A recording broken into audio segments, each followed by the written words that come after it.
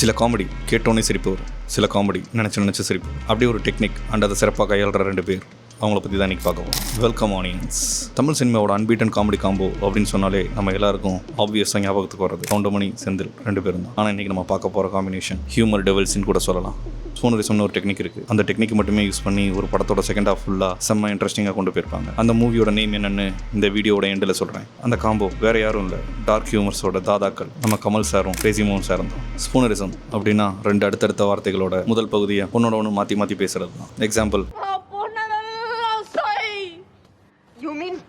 இந்த technique reverend William ஆர்கிபெல் Spooner அப்படின்ற ஒரு காலகட்டத்தில் அவரால் ரொம்ப ஃபெமிலியர் ஆச்சு. ஸோ இந்த டெக்னிக்கு அவர் பேரையே வச்சுட்டாங்க. அண்ட் இந்த டெக்னிக்கை தமிழ் மூவிஸில் கமல் சாரும் கிரேசி மோகன் சாரும் அடிக்கடி நிறைய மூவிஸில் யூஸ் பண்ணியிருக்காங்க. நான் இந்த வீடியோவில் முன்னாடியே சொன்ன மாதிரி இவங்க 2 பேரும் இந்த டெக்னிக்கை யூஸ் பண்ணி ஒரு படத்தோட செகண்ட் ஹாஃபையே செம்ம இன்ட்ரெஸ்டிங்காகவும் ஃபன்னாகவும் கொண்டு போயிருப்பாங்க. அந்த மூவியோட பேர் மன்மதன் அம்பு. மேபி இந்த மூவி நம்ம வீடியோட அடுத்த டாப்பிக்காக கூட இருக்கலாம். இந்த வீடியோ லைக் பண்ணுங்கள். ஸ்பூனரிசம் டெக்னிக் யூஸ் பண்ண வேறு ஏதாவது மூவிஸோட நேம் உங்களுக்கு தெரிஞ்சிருந்தா அந்த மூவி நேமை கமெண்ட்டில் சொல்லுங்கள். அண்ட் மறக்காமல் சப்ஸ்கிரைப் பண்ணுங்கள்.